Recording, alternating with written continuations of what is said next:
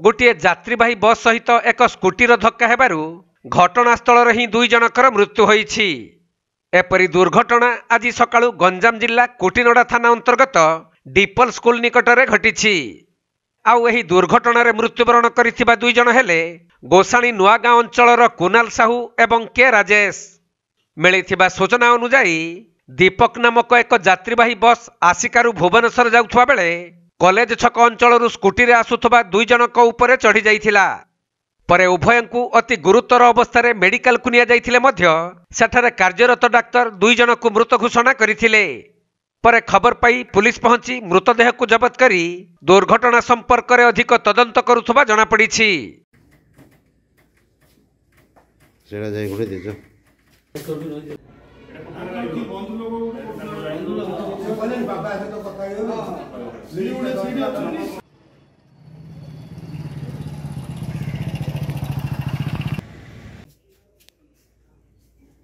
गंजाम जिल्लारू Jagannath Sahu report, Konark live.